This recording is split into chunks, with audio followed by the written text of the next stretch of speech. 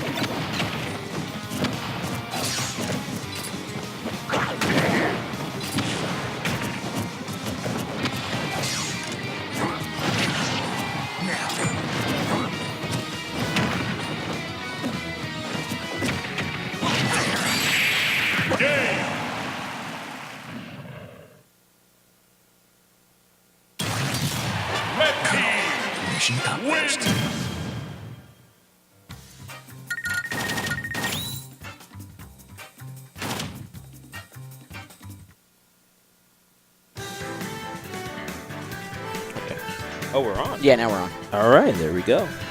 Folks, welcome back. This is winners semifinal action, I believe. Losers semis? Yep.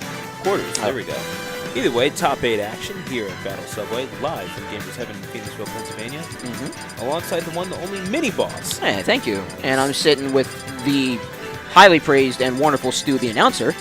Yeah, for what reason, I have no idea. Oh, come on now. It's no, regardless, man, it's a great atmosphere here. There's a great turnout. Oh yeah, for sure. This is I'm every time I'm coming out of this room, I'm being floored by how great this venue is. And there's more people piling in too. Yeah. Some people that are just Double? just arrived for singles. doubles is stacked, but yeah, we have a 100+ turnout for 100+ turnout easy for singles. Yeah, and that was the thing, is that they gave us the venue to use for this tournament, the fine folks here at Gamers Heaven. And are we about to get Battlefield Great Plateau Tower? Hey, the gentleman agreement. There we go.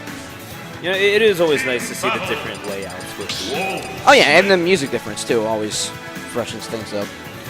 Kind of a shame that we can't use the Earthbound stuff, because that four-side theme's such an underrated song.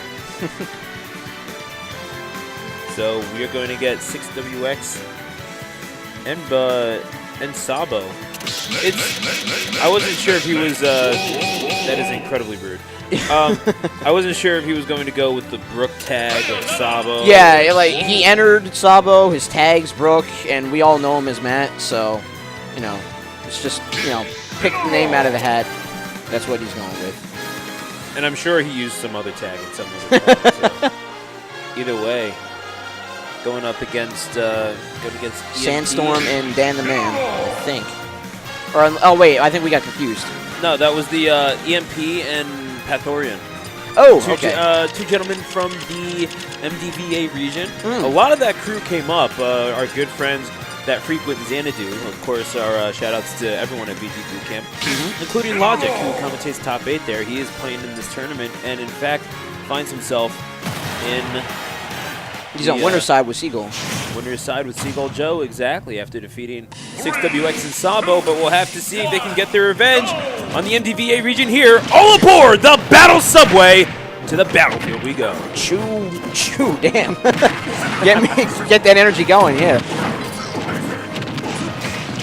Oh, you already know. So the double Incineroar combination, 6WX going with blue Incineroar, not necessarily his preferred, but... Gotta stick with these colors. Yeah, double Incineroar combination. Definitely interesting, to say the very least. However, is this one of those things where two of these things are... Oh my, it gets killed off at the top. Is this one of those situations that 6WX suffers the first stock loss?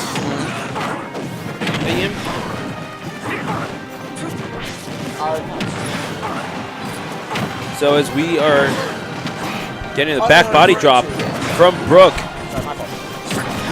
I believe that's another back body drop. However, Brook going to have all that rage dissipate after losing that stock, and I think that was a team kill on the C4.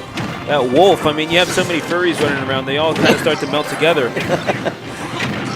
Mini Boss, I am curious, having two Incineroars on the same side, is this one of those things where it allows them to amplify the strengths? A true tag team, if you will, or is this just one of those things where you don't have enough coverage of what you need to do, especially when it comes to offstage and edgeguard? Oh my! the Argentine backbreaker into midair splash. What a combo from those two! Yeah, taking me out of there right out of the equation. But we were talking about this with Nana a little bit, and I think you need a little bit of both sides of like chip and tank going on in doubles. Sure, there's a lot of chaos going on that'll rack up damage easy, but you want to control at least majority stake of the damage that's being put out. But for them to be going, taking it really hard to this red team right now, they're definitely proving the other side of that that argument, rather. So 6WX, he's going to be swinging some haymakers here.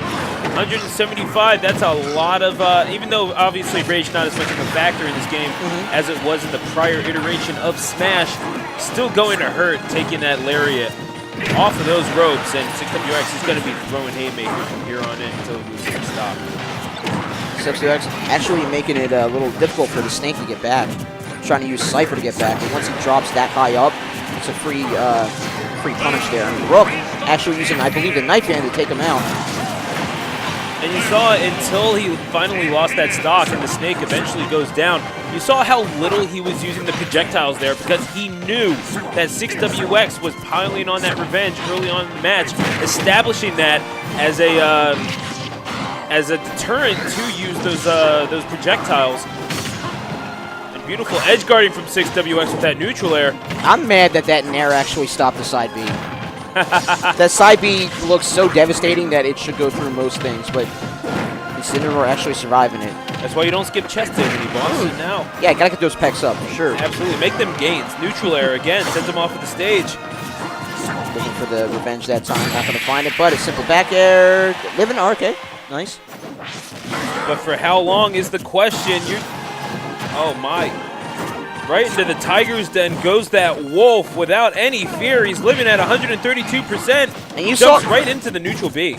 You saw how they pressured him from right to left side of the stage. Just even presence alone was able to take out. Very nice finish there for the blue team, wrapping up that first round. But yeah, just the indomitable fighting prowess of Incineroar.